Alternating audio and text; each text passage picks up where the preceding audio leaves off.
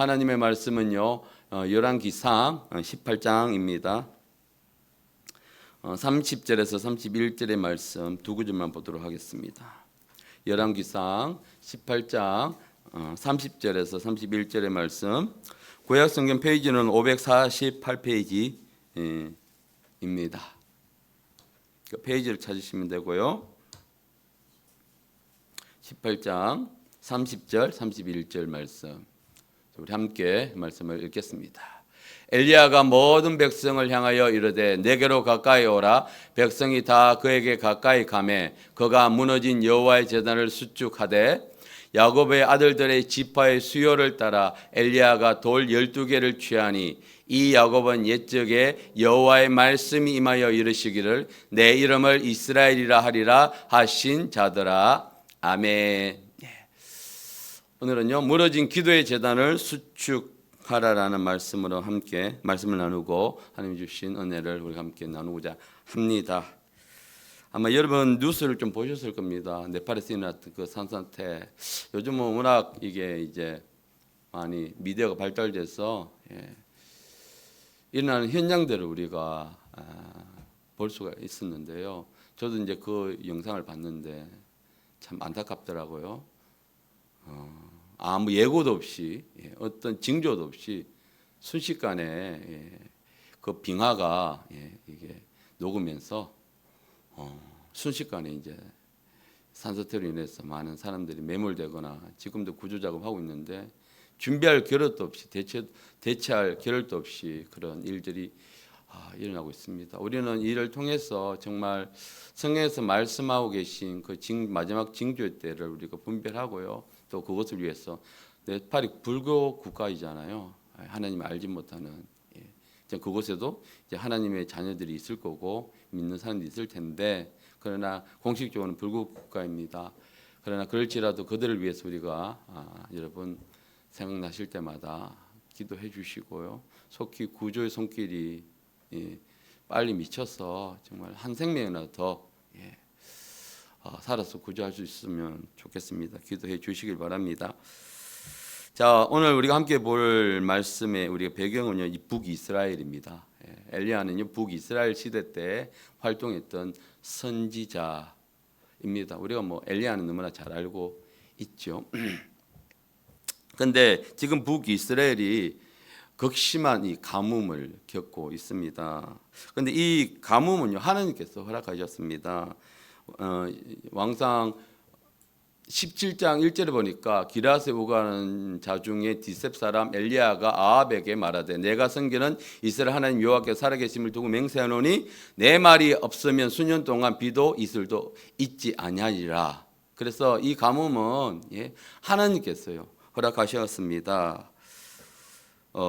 또한 이 북이스라엘 이 가뭄뿐만 아니라 백성들의 영적인 이 가뭄도 굉장히 심각한 상태인데 이런 가뭄의 원인이 어디에 있는가? 바로 북이스라엘의 이때 왕이었던 아합이겠습니다. 아합이 어떤 사람인가 우리가 알고 있지만 아합이 왕위에 오른 이후에 그 다음에 그가 어떤 사람이었냐면 모든 사람보다 여호와 보시기에 악을 더 행한 그런 사람이었습니다. 그래서 하나님 보시기에 정말 하나님 보시기에 악한 왕이었습니다. 그가 하나님이 싫어하는 일을 어쩜 이렇게 골라서 했던지 우상을 섬기는 일을 찾아서 하는 이 왕이었습니다. 31절에 여로보암의 죄를 따라 행하는 것을 오히려 가볍게 여기며 가서 바알을 섬겨 예배하는 사람이 누구였나? 바로 아합이었습니다. 이 아합은 북이스라엘의 왕입니다. 북이스라엘은 하나님이 택한 이스라엘 민족이 나누어졌는데 여전히 하나님이 섬기고 있던 이 나라였는데 그가 우상을 섬기는 일을 찾아다니면서 하는 사람이었습니다. 그러니까 하나님 보시기에 악한 왕이었죠. 그러면서 그가 어떤 일을 구체적으로 했느냐 하면 32절과 33절에 나와 있는데요. 사마리아 땅에 바알의 신전 안에서 바알을 위하여 제단을 쌓았습니다. 또한 아세라 상을 만들었습니다. 그래서 그는 이전 이스라엘의 모든 왕보다 심히 이스라엘 하나님 여호와를 노하게 하였던 왕이 바로 누군가 하면 이 바로 아합이라는 사람입니다. 그러니까 아합이 한 일은 하나님을 분노하게 하고 그로 인해서 북이스라엘 하나님께서 이 극심한 가뭄을 허락하셨습니다. 하나님께서 허락하지 않으시면 뭐도 없다, 비도 없고 있을 조차 없다. 예. 여러분, 그래서 이 이스라엘 백성들이 이런 외적인 가뭄에 쓰러지지만 이 또한 영적인 가뭄이에요. 백성들이 굉장히 많이 쓸려서 하나님을 이 백성들이 멀리 했습니다. 여러분, 우리나라도 마찬가지죠. 우리나라도 지금 극심한 영적인 가뭄에 시달리고 있습니다. 우리나라가 어떤 나라입니까? 6.25 전쟁의 상처를 하나님께서 극복시켜 주셔서 눈부신 경제적인 발전을 이루게 하시고 이제는 IT 강국으로서 그리고 반도체 강국으로서 하나님께서 이 나라를 부유케 해 주셨습니다. 그래서요, 그로 인해서 이게 전에는 선교사님을 통해서 도움을 받던 나라가 이제는 많은 나라에 세계에서 가장 많이 선교사님을 파송하는 나라, 선교비를 가장 많이 지출하는 나라가 되었습니다. 그런데 지금의 정부가 이 선교비에 세금을 매긴다고 이야기를 하고 있습니다. 또 어떤 일을 하고 있냐면 임신한 임신부가 원하면 태아의 개월수에 상관없이 지금 우리나라는 낙태가 불법이거든. 허용하지 않거든요, 법적으로. 그런데 정부에서는 이 약물을 허용을 하겠다라고 추진을 하고 있습니다. 여러분, 기도해 주셔야 합니다. 생명의 주권은 누구에게 있습니까? 하나님께 있습니다. 그런데 낙태가 불법으로 된 이 나라의 정부는 임신부가 원하면 아이가 이제 막 출산하는 달이 되더라도 약물을 통해서 낙태할 수 있는 것을 허용하겠다고 이거 정부의 방침을 정했습니다. 그래서 마치 아합이 한 것처럼 하나님을 대적하는 일만 골라서 지금 이 나라가 정부가 하고 있습니다. 그래서 우리는 뭐 해야 됩니까? 깨어서 기도해야 합니다. 우리는 이것을 알고 우리는 깨어서 기도해야 됩니다. 그래서 대통령과 정치인들이 하나님을 두려워하고 하나님을 이게 얼마나 두려운 인가를 깨달을 수 있도록요. 그래서 하나님을 대적하고 있는 이 모든 법들을 폐기할 수 있도록 우리가 어떻게 해야 됩니까? 깨어서 기도해야 합니다. 그래서 바르게 나라를 하나님의 원하심에 따라 다스릴 수 있도록 우리가 기도를 해야 합니다. 그래서요, 지금 이 북이스라엘에 닥쳤던 영적인 가뭄이 지금 이 대한민국에도 불어오고 있습니다. 그 원인이 있습니다, 여러분. 여러분, 이 바알은요, 풍요의 신을 의미합니다. 여러분, 마귀는요, 이 풍요의 신을 가장해서 사람들에게 지금 더 많은 물질적인 풍요, 삶의 편안함을 주면서 이제는 사람들이 하나님을 찾지 않아도 될 정도로 이렇게 지금 하고 있습니다. 그래서 사람들은요, 자기 생각 옳은 대로 지금 믿는 사람조차도 내 생각이 옳은 대로 신앙생활을 하고 있습니다. 사사기 21장 25절 보면 그때 이스라엘에 왕이 없으므로 사람이 각기 자기 소견에 옳은 대로 행하더라. 이때요, 이스라엘은 신정 국가였습니다. 즉 하나님을 왕으로 모시고 하나님의 통치를 받고 있던 그때였는데 보시면 왕이 없다라고 합니까? 지금 눈에 보이는 왕이 없기 때문에 사람들은요, 각기 자기의 소견대로, 소견에 옳은 대로, 즉 자기의 생각대로 행하였다고 이야기를 하고 있습니다. 이것이 바로 하나님을 잃어버린 사람들의 모습입니다. 하나님을 잃어버린 사람들은요, 자기의 주장, 자기의 생각대로 신앙생활을 합니다. 자기의 편리를 따라서. 이것이 바로 하나님을 잃어버린 사람들의 모습입니다. 그래서 예배를 드리지만 삶이 우리가 교회 안에서 우리가 예배뿐만 아니라 나가서 우리 삶도요, 예배가 돼야 되거든요. 그런데 하나님을 잃어버린 사람은 교회 안에서는 거룩하게 예배를 드리지만 나가서는 완전히 삶이 이중적인 삶을 살아가게 되는 것이 바로 그것이 바로 하나님을 잃어버린 삶. 내가 주인된 삶을 살아가고 있기 때문입니다. 여러분, 삶의 가뭄에 극심한 가뭄의 고통을 겪고 계십니까? 그것은 여러분 하나님을 찾으시길 바랍니다. 하나님께서 북이스라엘 백성들에게 이렇게 극심한 가뭄을 허락하신 이유가 무엇입니까? 그 이유는요, 바로 하나님께서 이스라엘 백성을 너무 사랑하시기 때문입니다. 비록 그들이 우상을 섬기고요, 하나님을 멀리하고 하지만 그럼에도 불구하고 하나님은 여전히 이스라엘 백성들을 포기하지 않으십니다. 그래서 지금 내가 인생의 삶에서 극심한 가뭄에 시들고 있다면 결코 하나님 우리를 포기하신 것이 아닙니다. 우리를 너무 많이 사랑하셔서 이스라엘 백성들이 회개하고 돌아오기를 바라시고 그들을 바르게 세우시기 위해서 그들에게 이 가뭄을 허락하신 것입니다. 그래서 우리에게 고난과 연단을 허락하신 이유도 아직 내 안에 하나님보다 조금 더 많이 의지하고 있는 그 우상들을 제거하기 위해서 제거하라고 하시는 뜻입니다. 그래서 우리는요, 이런 고난과 연단이 있을 때에 우리는 기도하면서 하나님, 아직도 내가 하나님보다 제거하지 못한 그 우상들, 더 섬기는 우상들이 있는 것을 깨닫게 하여 주시옵소서. 우리가 그렇게 기도해서 그 우상들을 완전히 몰아내고 내가 하나님의 자녀라는 그 정체성을 회복하는, 그 회복하는 시간이 되어야 합니다. 그래서 오늘 하나님은 이 말씀을 통해서 우리와 우리 공동체, 우리 자신에게 무너진 기도의 재단을 수축하라라고 우리에게 말씀을 주셨습니다. 여러분, 이 새벽에 우리에게 나와서 이 엄청난 우리에게 말씀을 주신 우리는 정신을 차리고 분명히 들리는 하나님의 음성을 듣고 순종하시는 여러분이 되시기를 예수님을 축복합니다. 다시 하나님은요, 다시 엘리야를 통해서 북이스라엘 백성들에게 이제는 비를 주겠다. 그래서 너는 아합에게로 가라, 보이라라고 18장 1절에 말씀하시죠. 많은 날이 지나고 제3년에 여호와의 말씀이 엘리야에게 임하여 이르시되 너는 가서 바알에게 보이라. 내가 비를 지면에 내리리라. 자, 우리가 이 구절을 통해서요, 하나님 왜 이 구절을 주셨는가? 이 말씀 통해서 무엇을 깨닫게 하시는가? 바알을 풍요의 신으로 섬기고 있던 이 아합의 생각을 깨뜨리기 위해서요. 그러면서 하나님께서 하나님께서 가뭄도 허락하시고 그리고 그 가뭄의 문제를 해결하는 비도 주시는 분임을 알게 하시기 위해서요. 그래서 아합에 가서 보이라. 내가 지면에 비를 내리리라. 18장에 보시면 이 아합이 이 물을 찾아서 헤매는 장면이 나옵니다. 그러니까 인간적으로 너무나 가뭄이 극심했기에 인간적인 방법을 해결하고자 했지만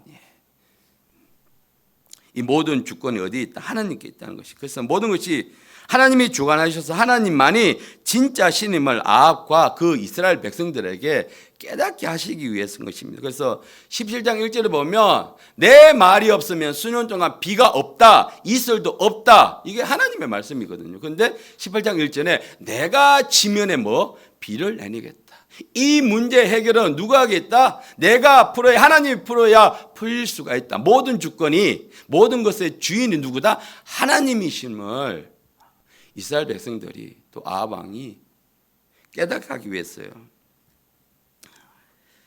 그래서 엘리야를 아합에게 보내셨습니다. 여러분, 인생에 찾아온 가뭄 때문에 여러분 힘들어하지 마십시오. 물론 고통은 있습니다만은 이제 하나님께서 말씀하십니다.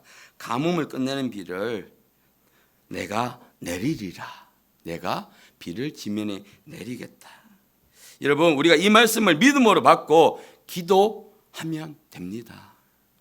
그리고 모든 것의 주관자가 하나님 되시면 우리가 그분만 의지하고 믿음으로 선포하고 나가면 되는 것입니다. 자, 엘리야는요, 하나님 명령을 따라서 아합에게 찾아갑니다.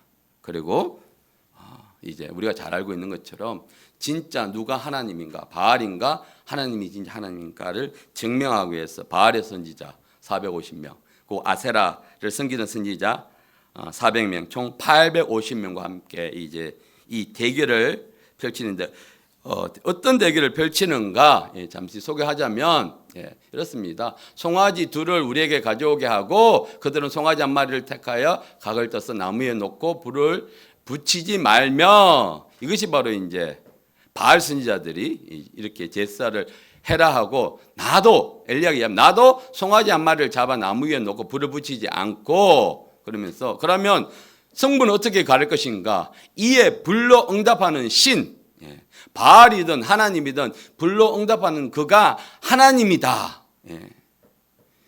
이렇게 이야기를 하죠. 그래서 백성들이 보고 맞아. 백성들이 모두가 동일합니다. 그 말이 옳도다. 하나님의 택하심을 받은 백성들이지만 여러분 왜 엘리야는요 백성들을 이렇게 이야기를 할까요? 왜 불로 응답하는 신이 하나님이다 이야기. 바알은 또 어떤 의미냐면 번개의 신입니다. 번개. 그래서 바알도 능히 불을 내릴 수가 있습니다. 그래서 이 바알의 선지자들도 이 제사법에 동의를 할 수가 있었던 것입니다. 그러니까 그래서 엘리야는 이 방법을 택했습니다. 그들이 그리고 나서 이제 바알의 선지자들이 제사를 드립니다. 그런데 아침부터 저녁까지 아무리 제사를 지르고 소리를 지르고 그리고 몸에 상처를 내고 그래도 바알은 대답이 없습니다. 이제 누구 차례입니까? 이제 엘리야의 차례가 왔습니다. 그런데 엘리야는 먼저요 이스라엘 백성들을 부릅니다. 30절 우리가 읽었던 30절 보면 엘리야가 모든 백성들 향하여 내게로 가까이 오라 하니까 백성들이 다 그에게 가까이 가매. 그 다음에 그가 무너진 여호와의 제단을 뭐했다? 수축했다라고 이야기가 나옵니다. 무너진 제단을 수축하기 이전에 왜 백성들을 가까이 오라고 했냐 하는 의문이 드는데요. 이것은 뭐냐면 이 무너진 제단, 이 바로 예배의 자리, 또 하나님의 임재가 있는 곳으로 나오라는 것입니다. 우리가 21절에 보면 지금 이스라엘 백성들의 이 영적인 상태를 우리가 알 수가 있습니다. 엘리야가 이스라엘 모든 백성들에게 가까이 나아가면서 그들에게 한 이야기가 이것입니다. 둘 사이에, 즉 바알과 하나님 사이에 뭐뭇 하려느냐. 여호와가 만일 하나님이면 그를 따르고 바알이 만일 하나님이면 그를 따를지니 하니 백성들이 뭐다? 말 한마디도 대답하지 아니하니라라고 기록되어 있습니다. 아니 지금 이 북이스라엘이 비록 나누어져 있지만 우상숭배라는 죄악을 통해서 나누어져 있지만 여전히 하나님의 백성들입니다. 그런데 너희 신이 누구냐? 너희 하나님이 누구냐라고 할 때 백성들은 한마디도 대답하지 못합니다. 사람들이 우리에게 믿지 않는 사람들이 묻습니다. 당신 하나님을 믿습니까? 머뭇거리고 대답을 못합니다. 이거랑 똑같습니다. 왜 이스라엘 백성들은 대답을 하지 못했을까요? 맞습니다. 지금 이게 영적으로 이스라엘 백성들이 굉장히 지금 타락해 있기 때문에 가뭄이 있기 때문에 하나님의 관계가 끊어진 상태에 있기 때문인 것입니다. 그러니까 그럼에도 불구하고 여전히 하나님도 섬기고 있지만 형식적으로 섬기고 있지만 또 바알도 우리에게 풍요를 주니까 바알도 같이 겸하여 섬기고 있는 것입니다. 그래서 이들은요 지금 구경꾼의 입장입니다. 그러니까 결국은 뭔가 승리하는 이기는 사람이 내 편 이겁니다. 하나님이 나의 편이 아니고 바알이 이기면 바알이 내 편이고 하나님이 이기면 그러니까 지금은 이 백성들이 어떤 입장인가? 구경꾼의 입장입니다. 우리는 예배로 나갈 때요 구경꾼 입장에 있으면 안 됩니다. 예배 나와서 정말 하나님 앞에 올려드리는 예배에 사모함으로 우리의 온 마음을 다하여서 하나님 앞에 나가야 하는데 우리는 예배 안에서 구경꾼의 입장이 있을 때가 참 많이 있습니다. 그래서 엘리야는 이스라엘 백성들을 내게로 가까이 오라. 어떤 자리로? 예배의 자리로. 그래서 구경꾼의 위치가 아니라 이제는 예배자의 위치에서 또 참여자의 위치에서 위치를 바꿔라라고 합니다. 우리는요 예배 자리 나올 때에 구경꾼이 아닙니다. 말씀을 듣기 위해서 나와 있죠. 경청하기 위해서 나와 있지만 우리는 예배자로 나와야 하는 것입니다. 여러분 여기서 보면 머뭇거리는 이 단어 우리가 주목할 필요가 있습니다. 머뭇한다는 이 뜻은 원래의 뜻은 절뚝거리다, 절름발이가 되다라는 의미가 원어에는 포함되어 있습니다. 근데 이스라엘 백성들이 하나님과 바알 사이에서 균형을 잡지 못하고 이리저리 비틀거리면서 절뚝거리는 영적 절름발인 상태를 신랄하게 비판하는 단어로 이렇게 이 저자가 이 단어를 선택한 것입니다. 그러니까 마치 보기에 이스라엘 백성들이 하나님 앞에 굳건하게 서 있는 것이 아니라 상황에 따라서 왔다 갔다 하니까 그 영적인 상태가 마치 영적인 절름발인 상태인 것처럼 보였다는 것입니다. 그래서 북이스라엘 백성들은요 여전히 하나님을 섬기고는 있지만 그런 바알도 함께 섬기고 있는 종교 혼합주의에 지금 빠져 있습니다. 지금 대한민국 2026년의 대한민국을 보시면 몇 해 전에 WCC 또 얼마 전에 WEA, NCCK 등 이 행사가 우리나라에 있었습니다. 여러분 이거 분별하셔야 됩니다. 이 기독교를 대표하는 단체들은 맞습니다. 그런데 이 단체들이 뭘 하냐면 종교 통합을 주장하고 있습니다. 천주교와 불교와 힌두교와 이슬람과 연합해서 우리가 하나가 되자. 구원은 그들에게도 있고 불교에게도 있고 완전 성경을 정면으로 반박하는 그래서 모두가 뭐가 되자? 하나가 되자.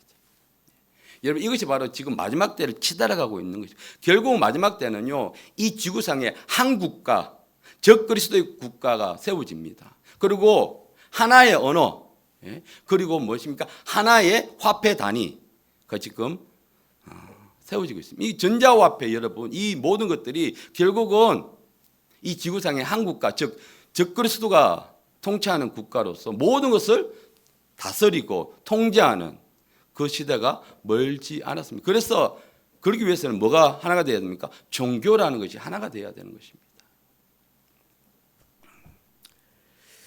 지금 우리나라에 하나님을 섬기고 다른 신도 섬기는 이 종교 혼합주의에 빠져 있습니다. 그 영적인 절름발에 빠져 있는 대형 교회들이 참 많습니다. 우리는 이것을 분별할 줄 알아야 합니다. 그래서 요즘 교회를 여러분들 선택하는 것이 내가 선택하는 게 아닙니다. 신중하게 우리는 기도하고 정말 저 교회가 정상적인 교회를 할지라도 WCC나 WEA나 NCCK 가입돼 있는가 아닌가 그것조차도 우리는 분별해야 합니다. 그들의 안에는 무엇이 있습니까? 종교 통합. 구원은 성경에만 예수님께만 있는 것이 아니라 불교에도 있고 이슬람에도 있고 다 있다. 결국 우리가 다 하나님께로 통하는 거 아니냐. 이렇게 이야기하는 것이 바로 WCC고 WEA이고 NCCK입니다. 이 안에 속해 있는 교회가 바른 교회가 될 수 있겠습니까? 하나님을 배교하는 그런 행위들을 하고 있습니다. 그래서 여러분 우리가요 성경에서 말씀하고 있지 않는 것과는 절대로 타협해서는 안 됩니다. 여러분 비를 내리지 않게 하시는 분도 하나님이시고 비를 내리시게 하시는 분도 바로 하나님이심을 우리는 반드시 믿고요 인정을 해야 합니다. 구원은요 예수 그리스도께만 있습니다. 이 구원의 정확한 가치와 개념이 흔들리게 되면 이거 큰일 납니다. 자, 우리가 다시 엘리야가 이스라엘 백성들을 이제 가까이 나오게 한 다음에 무너진 여호와의 제단을 수축합니다. 수축이라는 단어는 우리가 잘 알고 있는 라파, 여호와 라파, 치료하시는 하나님. 그 의미가 있습니다. 그런데 여기서는요 고치다, 또 수리하다라는 의미를 가지고 있습니다. 그래서요 이게 무너진 이 제단을 새롭게 그냥 다 해체하고 새롭게 만드는 것이 아니라 무너진 그 상태에서 고치고 수리하는 것을 의미를 합니다. 여러분 이렇게 파괴된 제단을 이 방치된 상태만 보더라도 지금 이스라엘 백성들이 영적인 상태가 어떤지를 우리는 이것을 통해서 알 수가 있습니다. 여러분 우리가 드리는 예배 안에서 한번 살펴봅시다. 뜨거움과 기쁨의 감격이 얼마나 있습니까? 우리가 드리는 여러분이 집으로 돌아갈 때 예배에 대한 뜨거움과 예배에 대한 기쁨과 그 감격. 여러분 예배를 사모함은요 우리 나이에 있지 않습니다. 물론 젊은 세대가 드리는 예배와는 다르겠지만 정말로 하나님을 갈망하고 하나님을 사모하는 성도들의 눈빛은요 살아 있습니다. 다릅니다. 내가 힘있게 열정적으로 찬양하지 못하더라도 하나님을 갈망하고 하나님을 사모하는 그 눈빛은 나이와 상관이 없습니다. 살아 있습니다. 지난번에 어떤 분이 이렇게 이야기를 하더라고요.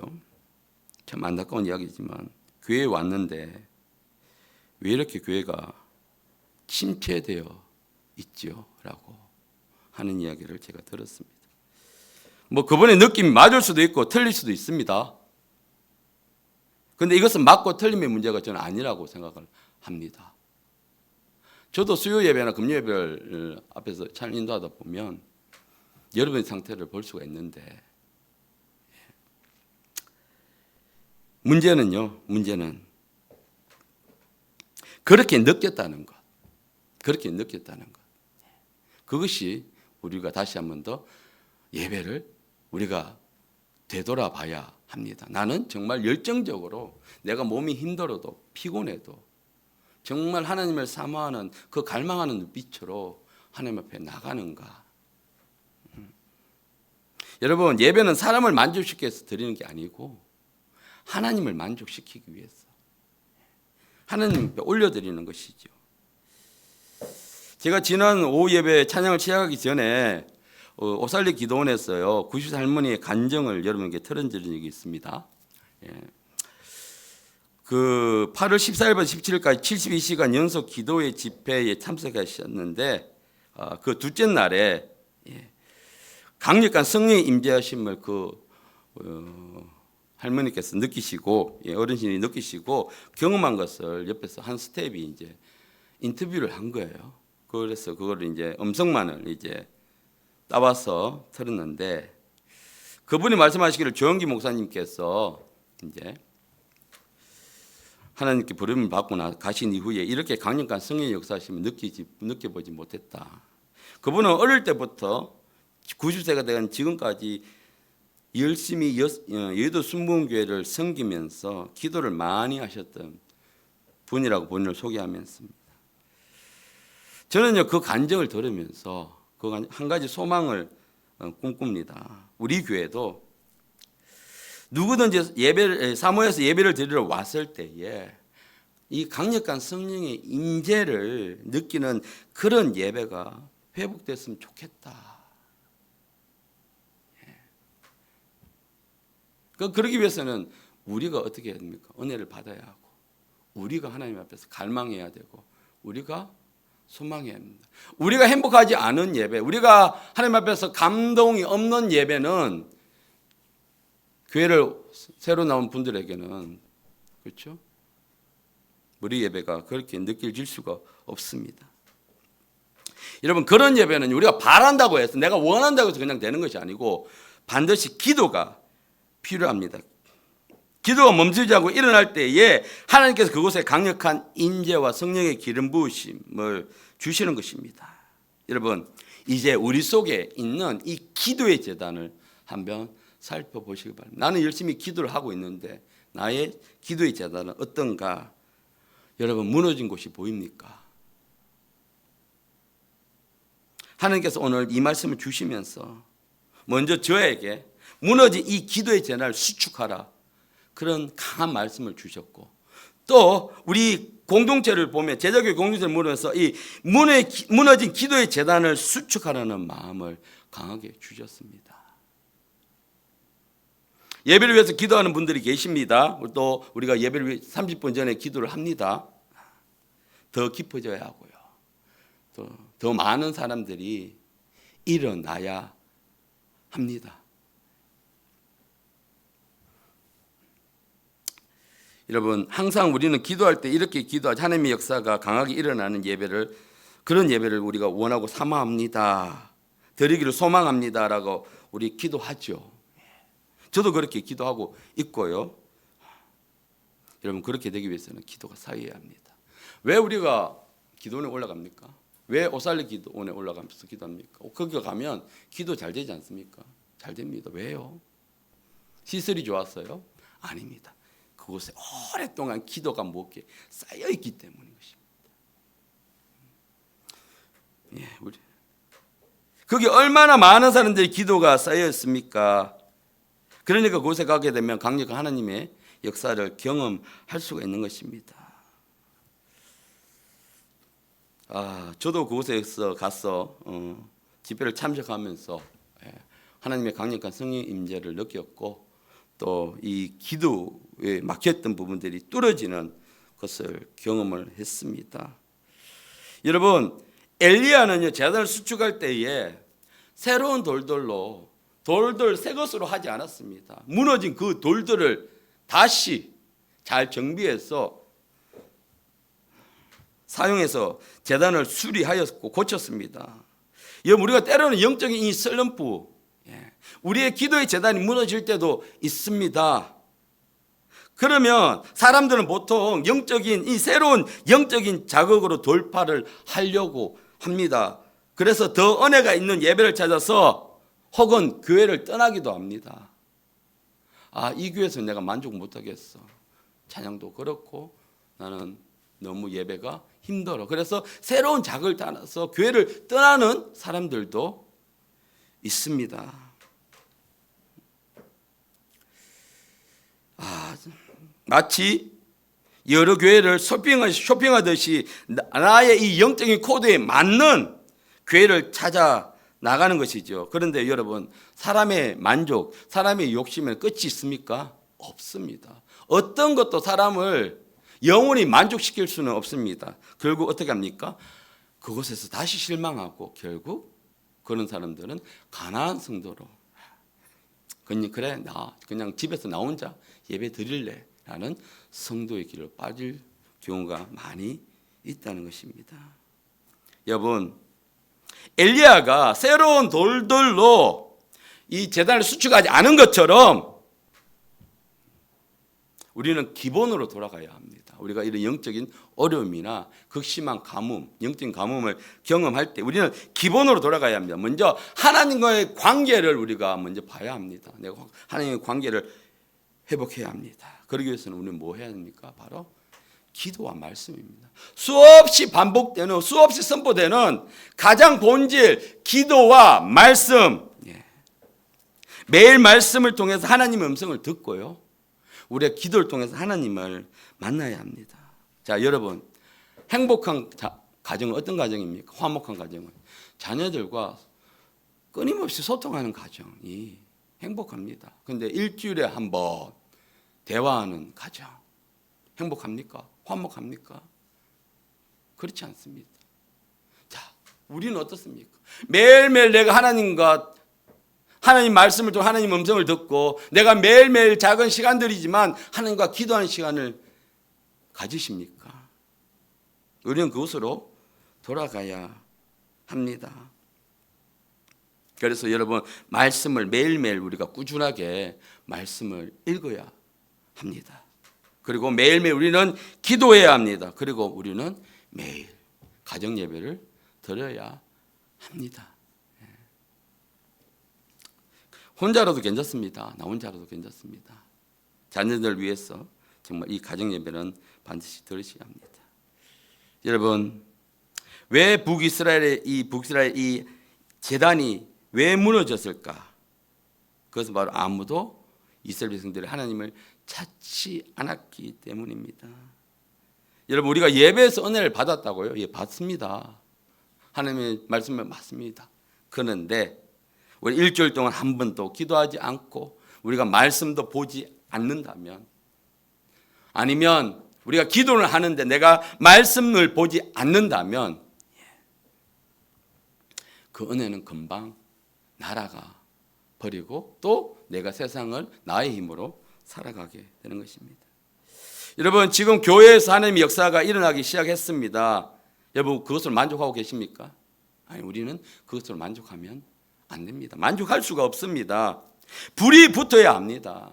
지금 조그만 불이 붙었는데 이 불을 키우려면 어떻게 해야 합니까? 나무를, 장작을 계속해서 공급을 해서 불을 키워야 합니다. 그래야 불이 더 많이 타오를 수 있습니다. 지금 교회 안에서 누군가는 뜨거운데 누군가는 차갑게 지금 식어 있습니다. 그것은요, 교회에 불이 붙은 게 아닙니다. 여러분, 이 공간 안에 성령으로 충만하게 채워져서 누가 와서 예배를 드려도, 어떤 상태의 사람이 와서 예배를 드려도 뜨겁게 예배를 드릴 수 있는 그런 교회가 되어야 합니다. 그러기 위해서 우리가 뭐 해야 합니까? 기도해야 합니다. 이 말씀을 마무리하면서요.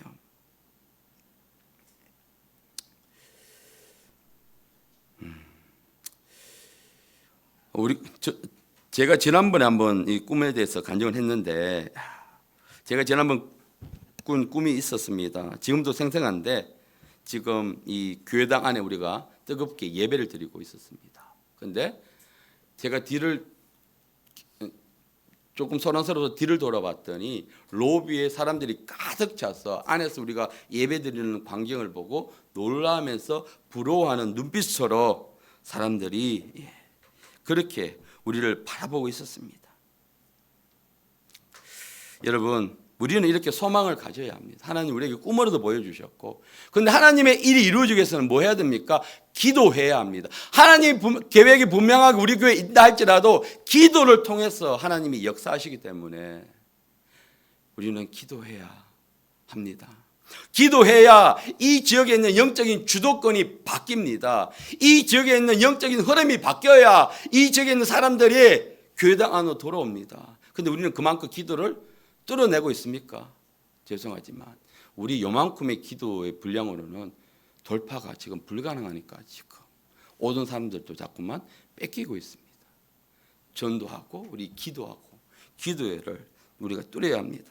그래서요, 교회 공동체가 기도하는 것도 중요하지만 우리 개인이요, 회사에서 점심시간에 다 몇 번이라도 화장실에서, 아니면 내가 그런 시간이 없으면 내가 근무 중에 방언이라도 몇 분이라도, 그리고 내가 차 안에서 몇 분이라도 성도 각자가 그렇게 기도가 매일 진행된다면 이곳에 기도가 쌓이게 되는 것입니다.